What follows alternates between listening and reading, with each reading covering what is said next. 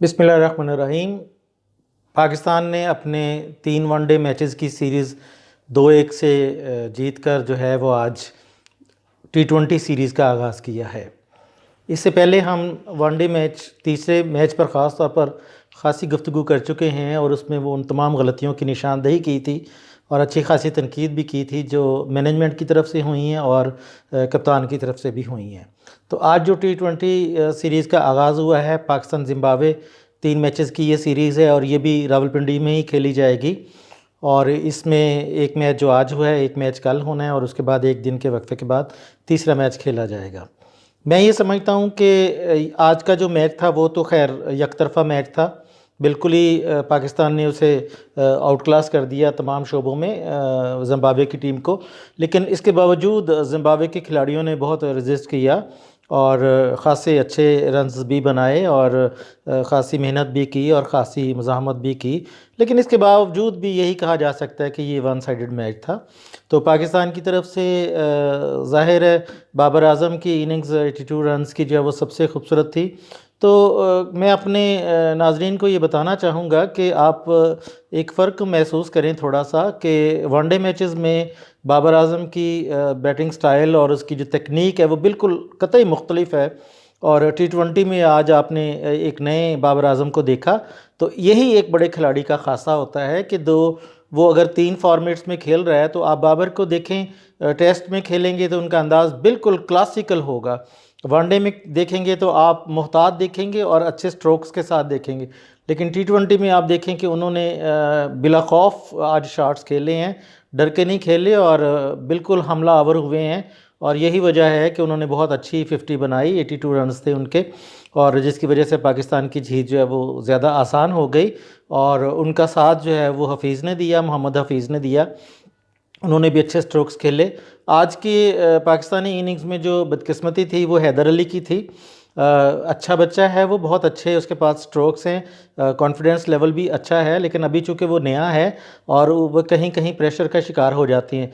लेकिन आज के मैच में आप ये समझें कि एक अच्छी गेंद पड़ी, मतलब मैं ऐसे ये कहूँगा कि एक अच्छी गेंद पड़ी और इस पे बड़े से बड़ा खिलाड़ी भी आउट हो सकता है। अच्छी गेंद का शिकार होना कोई अचंभे की बात नहीं है।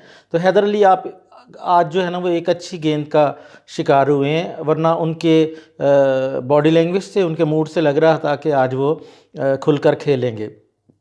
पाकिस्तान की टीम में जो आज सामने आई है उसमें जो सबसे बड़ी कमी महसूस की गई है वो है कि मिडल ऑर्डर में जो T20 के लिए ख़ास तौर पर हिटर स्पेशलिस्ट होता है वो नहीं था। हिटर स्पेशलिस्ट यहाँ कोई नहीं है, तो ये बड़ी बुनियादी ज़रूरत है पाकिस्तान की, इस पर तवज्जो नहीं दी जा रही। और खुशदिल शाह के बारे में कहा जाता है कि वो हिटिंग करते हैं, लेकिन उनकी सारी हिटिंग मर्दान और बन्नू में ही रह गई और जब से वो इधर फर्स्ट क्लास खेल रहे हैं या पाकिस्तान की तरफ से खेल रहे हैं तो कि इतनी अच्छी हिटिंग का मुजाहरा उन्होंने नहीं किया। हालांकि उनके बारे में ख्याल था कि वो लंबे छक्के मारते हैं, लेकिन आज तो खैर बाबर ने ही अच्छे छक्के मारे हैं और बाकी दरमियान में ये है। अगर आपने आगे न्यूजीलैंड जाना है या इंग्लैंड ने आना है या साउथ की दौरे की तवक्को है तो वहाँ जो आपने मैचेस खेलने हैं ख़ास तौर पर T20 उसमें आपको आपके मिडल ऑर्डर में एक हिटर की ज़रूरत है, एक हिटर ऑलराउंडर की ज़रूरत है और उसके पेश नज़र आपको कोई एक ऐसा लड़का तलाश करना पड़ेगा। तलाश क्या करना पड़ेगा? पाकिस्तान के पास काफ़ी टैलेंट है, लेकिन सिर्फ हम उन पे एतबार नहीं करते जिसकी वजह से ये सारे मामलात सामने आते हैं। तो इस मैच की मुबारकबाद मैनेजमेंट को, बाबर आज़म को, पाकिस्तानी कौम को दे देते हैं। और लेकिन इसके साथ मैं एक सवाल ज़रूर उठाऊँगा कि आज भी आप देखें कि किस हिकमत अमली के तहत ये टीम खिलाई गई है। पाकिस्तान की पिचेस पे आप ये कोई ग्रीन टॉप विकेट्स थी या ऑस्ट्रेलिया की विकटें हैं, ये कोई इंग्लैंड की तेज़ तरीन विकटें हैं कि जहाँ पर आपने 4 फास्ट बॉलर्स के साथ एक स्पिन बॉलर खिलाया है। 4 फास्ट बॉलर्स डालने की क्या तुक बनती है, मेरी तो ये बात समझ में नहीं आती। आज सिर्फ उस्मान कादर को खिलाया गया है और उन्होंने अच्छी बॉलिंग की है और उन्हें देखकर आज अब्दुल कादर, लेजेंडरी क्रिकेटर अब्दुल कादर की याद आ गई। کہ ان کا جو سٹائل ہے وہ بھی عثمان قادر کے جیسا تھا. اور میرا خیال ہے کہ معذرت کے ساتھ کہ عثمان قادر کا جو چناؤ ہے ٹیم کے لیے وہ کوئی کسی میرٹ کی بنیاد پر نہیں ہے، بلکہ میں سمجھتا ہوں کہ شاید مصباح الحق نے عبد القادر کی لیجنڈری پوزیشن کو دیکھتے ہوئے ان کے بیٹے کو چانس دیا ہے. کمپلیمنٹری کہہ لیں آپ اسے، کیونکہ عثمان قادر سے اچھے بالرز جو ہیں وہ پاکستان ٹیم میں موجود ہیں. لیکن پھر بھی چلو انہوں نے وکٹ لیے، آج ان کی حوصلہ افزائی کرتے ہیں ہم.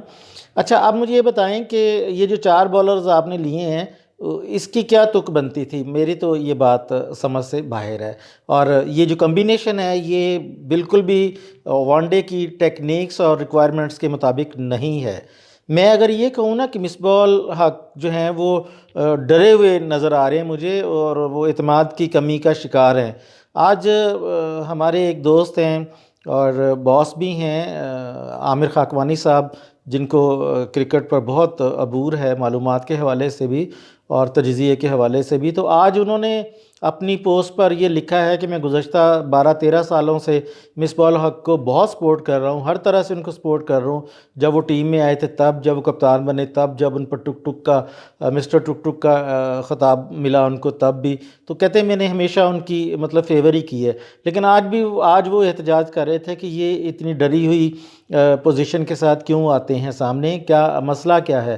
تو آج بھی وہی 4 بالرز جو ہیں کھلائے گئے ہیں کہ کہیں ہم ہار نہ جائیں. یہ ہار کا خوف ہی آپ کو ہرا دیتا ہے، اور میں یہ سمجھتا ہوں کہ تیسرا ون ڈے ہم ہار کے خوف سے ہی ہار گئے تھے. تو اب آپ دیکھیں کہ اس زمبابوے جیسی ٹیم کے خلاف جو انہوں نے ٹیم اناؤنس کی ہے، ون ڈے کے لیے بھی کی تھی اور ابھی T20 کے لیے بھی جو ہے، تو اس میں 2 ہی نئے لوگوں کو لیا، باقی تو سارے پرانے لوگ ہی لیے ہیں نا. تو اب مجھے یہ بتائیں، میں کچھ چیزیں پوائنٹ آؤٹ کرنا چاہتا ہوں. مثلا آپ یہ دیکھیں کہ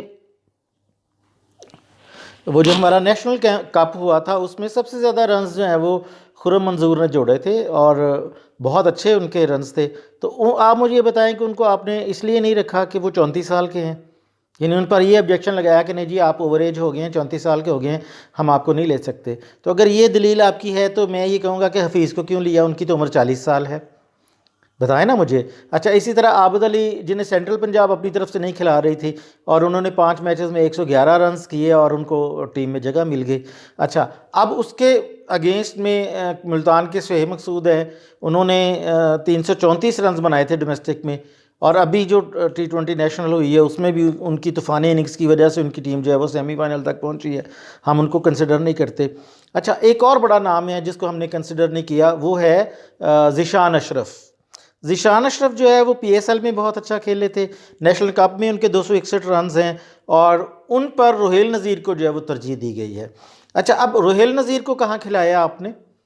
آپ کی ٹیم میں رضوان جو ہے وہ ان کو آپ تینوں فارمیٹس میں کھلاتے ہیں. ایمانداری سے بتائیں کہ کیا T20 میں رضوان کی جگہ بنتی ہے؟ ایون کہ T20 نیشنل جو ٹورنامنٹ ہوا اس میں رضوان جو ہے وہ خود اوپننگ کرنے آیا کرتے تھے، کیونکہ انہیں پتہ ہے کہ بھئی مڈل آرڈر میں وہ نہیں چل سکتے، مڈل آرڈر میں تو ہمیں ہٹر چاہیے، رنز بنانے والے چاہیے. تو رضوان کے پاس تو کوئی ایسا سٹروک ہی نہیں ہے، تو بلکہ ان کی تو T20 جگہ ہی نہیں بنتی ہے. تو T20 میں صرف اس کو لیے اس لیے کھلایا جاتا ہے کہ وہ اچھے کیپر ہیں، مطلب یہ ایک ایج ہے ان کو، لیکن ساتھ میں وہ اتنے اچھے بلے باز نہیں ہیں. تو میرے خیال میں ذیشان اشرف کے ساتھ زیادتی کی ہے، جو کیپنگ بھی کرتے ہیں اور اس کے ساتھ اچھے رنز بھی کرتے ہیں اور ہٹنگ بھی کرتے ہیں. اچھا اب افتخار کو آپ نے ون ڈے میں کھلایا، ان کی کارکردگی کوئی اتنی خاص نہیں تھی، کہیں بھی زیادہ مطلب نہیں تھی، لیکن ان کو آپ کھلایا، اور اس کے ساتھ آپ دانش عزیز کے ساتھ زیادتی کر گئے. دانش عزیز اس ٹورنامنٹ کا کھلاڑی تھا، آپ نے اس کو موقع ہی نہیں دیا. حسین طلعت کہاں ہے؟ اس کو آپ موقع نہیں دیتے. اعظم خان کو آپ موقع نہیں دیتے. حسین طلعت کی اضافی خوبی ساتھ بولنگ کرواتے ہیں، اس کو بھی آپ موقع نہیں دیتے. تو یہ سارے لڑکے جتنے بھی آپ نے باہر بٹھائے ہوئے ہیں، ان کو کب کھلانا ہے؟ زاہد خان کو کب کھلانا آپ نے؟ عاقف خان کو کب کھلانا آپ نے؟ یہی کمزور ٹیموں کے خلاف ان کو اعتماد دیا جاتا ہے اور اسی سے یہ گروم کرتے ہیں. تو آپ نے اپنی پوری مکمل ٹیم کھلا کر بھی ڈر ڈر کے کھیلے ہیں، تو یہ کوئی اچھی علامت نہیں ہے. میں یہ سمجھتا ہوں کہ T20 ورلڈ کپ جو ہمارے سامنے آ رہا ہے تو اس کے لیے ہماری تیاری بالکل بھی کچھ بھی نہیں ہے، صفر ہے. T20 کے لیے ہمیں جو چاہیے، اوپننگ سٹینڈ چاہیے جو ہمارے پاس نہیں ہے، مڈل آرڈر میں ہٹر چاہیے جو ہمارے پاس نہیں ہے، اور ٹیل اینڈرز میں بھی کوئی ایسا بندہ چاہیے جو آخری اوورز میں جا کر ماردار کرے، وہ بھی نہیں ہے. اب آپ بولنگ کی طرف آ جائیے. बॉलिंग में आज हुसैन ने बहुत अच्छी गेंद की, वहाब ने भी अच्छी गेंद, कादर ने भी की, बाकी हारिस ने भी अच्छी गेंद की। तो आप ये देखें कि हारिस और वहाब ने 2-2 विकेटें ली, हुसैन ने और उस्मान कादर ने 1-1 विकेट ली। तो अच्छा, अब ये इसमें बताएं मुझे कि डेथ ओवर का बॉलर कौन है? डेथ ओवर जो है वहीं तो बॉलर का कमाल होता है कि पुराने ज़माने की जो क्रिकेट थी इसमें आखिरी ओवर्स में जाकर इतनी मारदाड़ होती थी कि उनको रोकना मुश्किल हो जाता था और वो बैच का पांसा ही पलट जाता था। अब उनका हल ये निकाला गया कि डेथ ओवर्स के बॉलर्स को स्पेशली तैयार किया जाता है। मैं फिर मिसाल दूंगा इंडिया में कि बुमराह को उन्होंने तैयार किया, वो आखिरी 3-4 ओवर करता है, उसमें 10-12-15 रन देता है और कोई ना कोई विकेट गिरा देता है। तो हमारे यहाँ अब वो बॉलर्स कहाँ हैं जो अंगूठे तोड़ते थे? हमारे वो बॉलर्स कहाँ हैं जिनकी यॉर्कर से दुनिया डरती थी? वो बॉलर्स नहीं हैं। वो बॉलर्स कहाँ से आएंगे? वो बॉलर्स कैसे बनेंगे? भाई वो बॉलर्स इन्हीं बॉलर्स में से बनेंगे जो आपके पास हैं।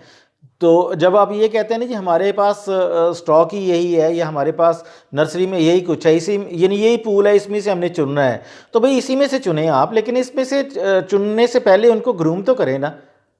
आप किसी पे एतबार ही नहीं करते। मैं आपको एक ब्रेकिंग न्यूज़ देता हूँ कि यूनस जो पाकिस्तान के जो कोच जिन्होंने की थी कोचिंग इधर इंग्लैंड के दौरे पर, तो उनको रेस्ट दिलाई गई ज़िम्बाब्वे में कि नहीं आप लोग रेस्ट करें, उसके बाद दोबारा कंसिडर करेंगे। तो उनको कंसिडर नहीं किया जा रहा, मतलब अगली टर्म के लिए उनको कंसिडर नहीं किया जा रहा, बल्कि उनको ऑफ़र की गई है कि जी आप जो हाई परफॉर्मेंस सेंटर है कराची का वो देखें आप, यानी हाई परफॉर्मेंस सेंटर कराची में एज ए कोच काम कर लें। तो इसका मतलब ये कि वो कराची में काम करेंगे, लाहौर वाला बंदा अलग होगा, कोयटे वाला अलग होगा, पेशावर वाला अलग होगा, तो वो तो एक आम रूटीन में आ गए ना। तो हेड कोच या पाकिस्तान के बैटिंग कोच तो वो ना हुए। तो इसका मतलब कि इस वक्त आपको बैटिंग कोच की ज़रूरत है, तो वो क्या मिसबा खुद पूरी करेंगे?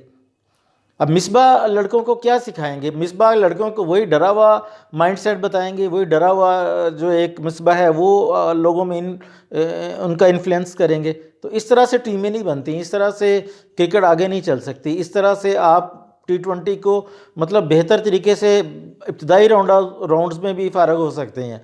तो अगर आपने T20 की टीम बनानी है तो आप एग्रेसिव हों, लड़कों को एतमाद दें, अपने आप पर एतमाद करें, आगे बढ़कर हमला करें और खुलकर खेलें, फिर जाके आपको ये टीम बनती हुई नज़र आएगी, अदरवाइज़ बहुत मुश्किल हो जाएगी। बहुत शुक्रिया, थैंक यू।